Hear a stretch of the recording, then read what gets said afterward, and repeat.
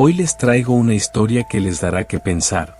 ¿Qué secretos se esconden detrás de una firma, de una orden, de una simple sonrisa frente a las cámaras? En un país ficticio llamado Virelia, un país que quizás no conozcas, o tal vez sí, porque se parece demasiado a otros que han sabido silenciar verdades, algo oscuro se cocina en los pasillos del gobierno. Corrupción, espionaje, traiciones, muertes encubiertas y una red de mentiras tejidas desde lo más alto del poder. Te invito a ver esta historia que podría parecer ficción, pero si prestas atención a los detalles, tal vez descubras que, en alguna parte del mundo, ya está ocurriendo. Antes de empezar, suscríbete, dale like y comparte.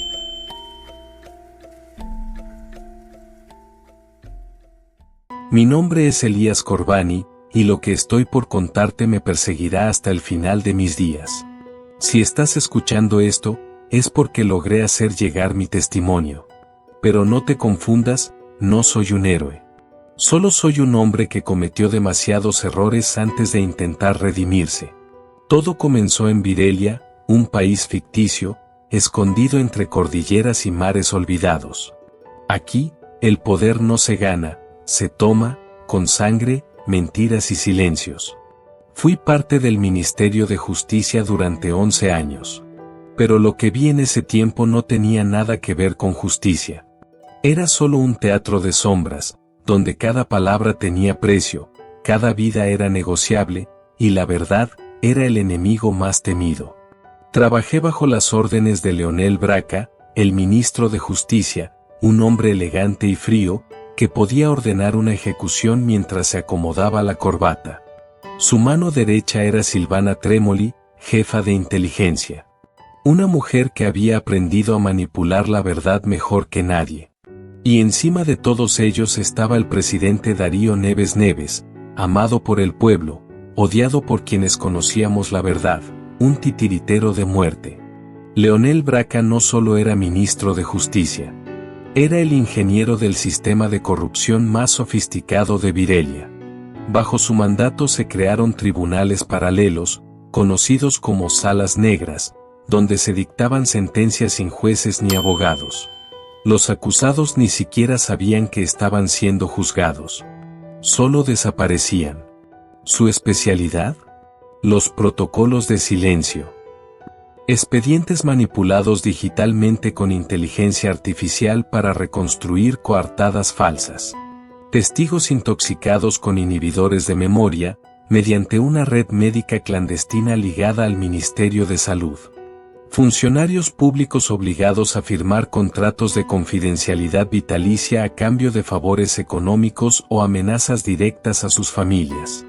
Uno de los secretos más escalofriantes, el ministro Braca ordenó la creación de un lugar clandestino, Hogar Esperanza, que en realidad era un centro de entrenamiento de jóvenes huérfanos, manipulados psicológicamente para convertirse en agentes del Estado.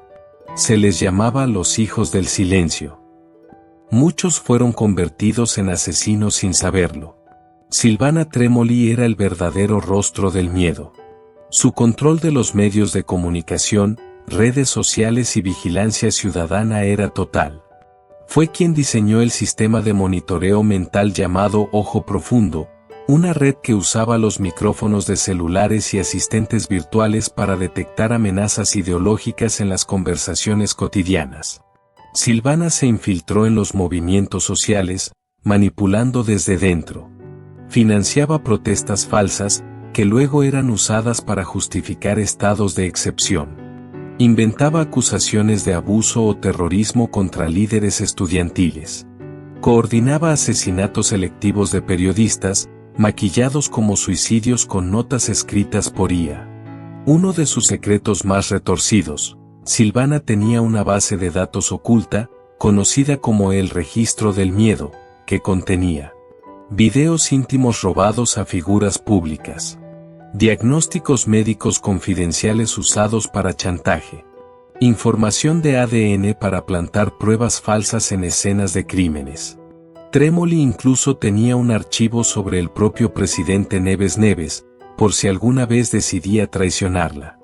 Silvana Trémoli solía reunirse en una cabaña llamada la Casa de los Lamentos, ubicada en los bosques de Marnov, un lugar donde nadie entraba sin permiso. Allí se practicaban interrogatorios ilegales, con la presencia de médicos sin licencia y drogas experimentales. Algunos prisioneros jamás salían. En una ocasión, encontré un informe que detallaba la muerte de una activista ambiental, cuyo cuerpo fue enterrado en cemento debajo del Estadio Nacional, mientras las obras eran celebradas por el gobierno como un símbolo de progreso. Yo era el redactor de informes confidenciales. Me tocaba revisar casos clasificados, desapariciones, suicidios misteriosos, periodistas silenciados. Cada caso tenía la misma instrucción: no existió. Firmábamos órdenes de detención sin causa. Cerrábamos medios. Envenenábamos expedientes judiciales. Fui cómplice. Por cobardía, por comodidad. Porque el poder también seduce. Todo cambió con un caso. Un documento con el sello Top Secret que cayó en mis manos una tarde cualquiera. Lo llamaban Informe 72. Se trataba del asesinato de un joven senador, Matías Lierzo, que había prometido denunciar una red de corrupción internacional. Oficialmente, murió en un accidente. Pero el informe era claro: fue eliminado. Por orden directa de Trémoli, con el visto bueno del presidente. Lo leí 10 veces. Cada palabra era una daga. No podía respirar. Su esposa había sido amenazada, su celular borrado, sus documentos clasificados. El sistema lo había borrado. Y yo, fui quien selló el informe final. Aquella noche no dormí. Empecé a dudar. A leer otros archivos. Y todo encajaba. Neves, Braca y Trémoli no solo robaban millones del Estado a través de contratos falsos, también ejecutaban a quienes estorbaban. Había al menos 42 nombres. Todos muertos por causas naturales. Y nadie lo sabía. Tenía que hacer algo. Pero Virelia no era un país donde se denunciaba al poder y se vivía para contarlo. Recordé a Lucía Beit, quien había sido todo para mí: compañera, amante, refugio. Cuando la guerra contra el poder me dejó sin aliados, fue a ella a quien busqué. No por nostalgia. No por amor. Porque confiaba. Porque en un mundo podrido por el poder, Lucía siempre había sido incorruptible, o eso creía. Le entregué los archivos secretos, las grabaciones que exponían a Leonel Braca, las órdenes de ejecución disfrazadas de justicia, los contratos firmados con sangre y ambición. Le di todo. Y lo hice en silencio, mirándola a los ojos, como si con eso pudiera blindarme de la traición. Pero Lucía ya no era la misma mujer que una vez conocí. Si me pasa algo, públicalo, le dije. Ella lloró. Me abrazó. Prometió guardar el secreto. Pero el poder lo compra todo. 3 días después, me citaron en el despacho de Braca. Él me ofreció whisky. Yo sabía que algo estaba mal. Sabemos que estuviste husmeando. No dije nada. Él sonrió. Olvida el informe 72. Y espero no saber de traiciones. Me quedé helado. Lucía me había vendido. La vi por última vez desde mi auto. Subía a un taxi con un sobre amarillo en la mano. Días antes de la filtración masiva, recibí una alerta. Una IP desconocida, dentro de nuestra red segura, había accedido al archivo completo. El rastreo no mintió. Era Lucía. Pero, lo más inquietante fue descubrir a quién se lo había enviado. Leonel Braca. No pude dormir esa noche. Revisé todas las conversaciones, las coordenadas falsas, los códigos. Todo cuadraba. Ella había jugado a 2 bandos todo el tiempo. Había entregado información a cambio de inmunidad. Pero no para ella, sino para alguien más. Su hija. Sí, Lucía tenía una hija escondida en otro distrito, y el régimen lo sabía. Braca le ofreció un trato. Dame a Elías. Dame los códigos. Y ella vivirá. Y Lucía, Después de todo lo que habíamos vivido, dijo que sí. Quise escapar. Pero ya era tarde. Esa misma noche, cuando estaba en casa pensando en lo acontecido, el infierno se presentó con traje y botas negras. Eran las 2:13 de la mañana cuando escuché el suave crujido de la cerradura cediendo. No hubo golpes. No hubo advertencia. Solo un silencio quirúrgico, y luego, el sonido metálico de varias armas desenfundándose. 5 hombres vestidos de negro entraron como sombras. Ni una palabra. Ni una orden. Lo primero que sentí fue el frío de un guante en la nuca y luego el impacto seco de la culata de un fusil en mi mandíbula. Caí al suelo, aturdido, sangrando, con el zumbido del dolor taladrándome el oído. ¿Cuántas copias hiciste, Elías?, dijo uno, el único que hablaba. Su voz era gruesa, cansada, como si ya hubiera hecho esto 1000 veces. Intenté hablar, pero otro golpe me dejó sin aliento. Me arrastraron hasta el comedor, rompieron la mesa de vidrio al estrellarme contra ella. Cada golpe era una advertencia, pero también una amenaza silenciosa. Sabían quién era, y también sabían que estaba solo. Uno de ellos puso mi laptop sobre la mesa y la encendió. Sabían mi contraseña. Entraron directo a las carpetas ocultas. Yo no me movía. Solo respiraba y aguantaba. Cuando no encontraron nada, porque ya lo había borrado todo esa mañana, empezó el interrogatorio real. Me ataron a la silla con alambres de plástico. Me arrojaron agua helada en el rostro para que no perdiera el conocimiento. ¿Dónde están los otros archivos? ¿A quién se los diste? ¿Lucía tiene una copia? No dije una palabra.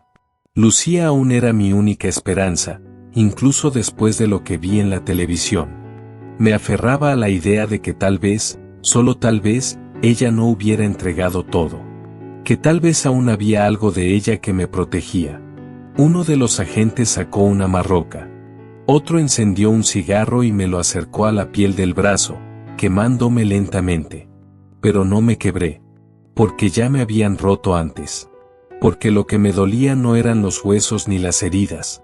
Era la traición. El rostro de Lucía repitiendo mi condena con labios que alguna vez besaron mis miedos. Después de 3 horas de tortura, me dejaron tirado en el piso, cubierto de sangre.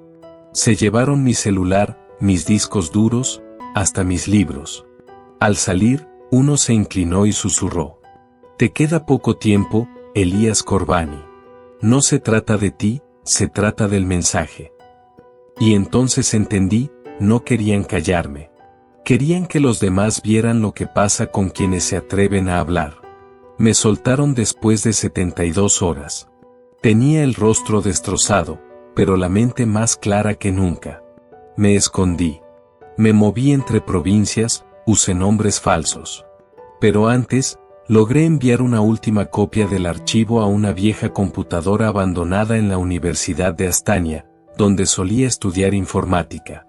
Desde ahí, contacté a un hacker conocido como Thorn, un exfuncionario exiliado por el régimen. Le pedí que protegiera los archivos y los liberara si yo moría.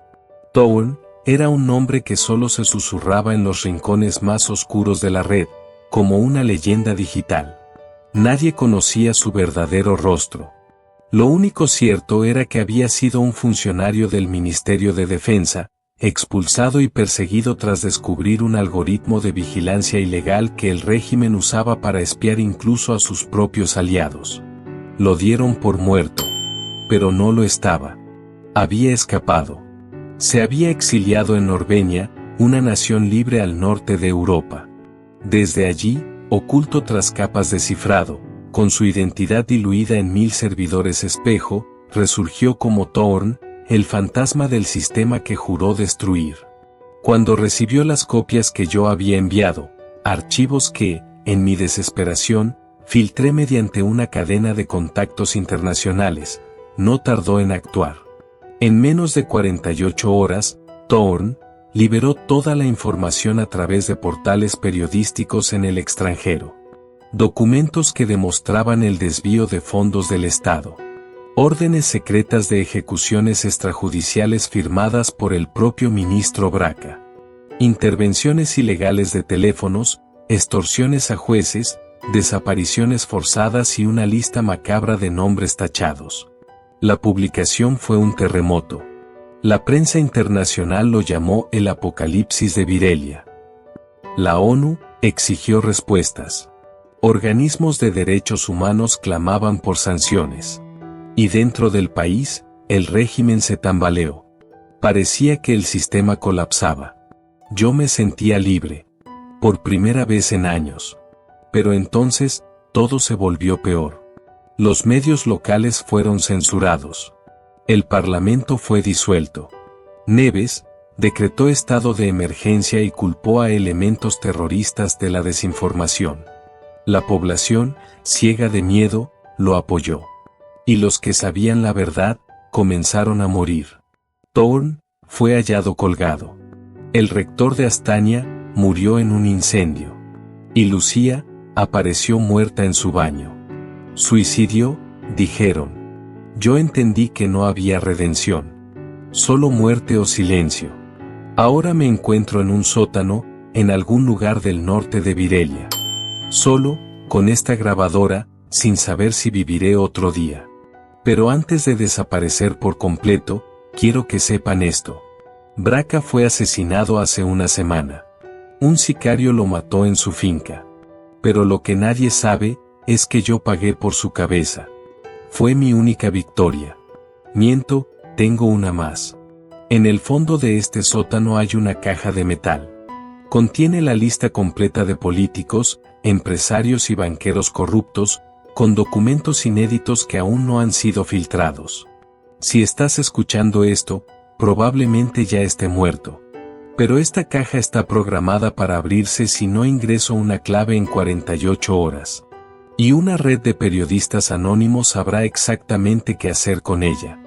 El sistema va a sangrar. Quizás no caiga hoy, pero va a sangrar. Porque la verdad, aunque se esconda bajo cadáveres, siempre encuentra cómo salir. A veces, la verdad no salva, destruye.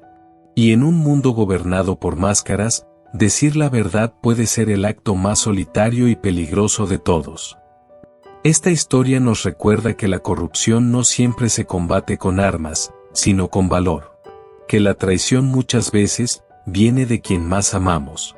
Y que incluso aquellos que dicen buscar justicia, podrían tener sus propias sombras.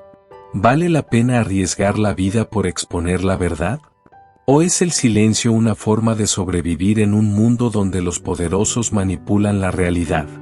Tal vez la pregunta más inquietante no sea quién tiene la culpa, sino cuántos están dispuestos a mirar hacia otro lado para no verla.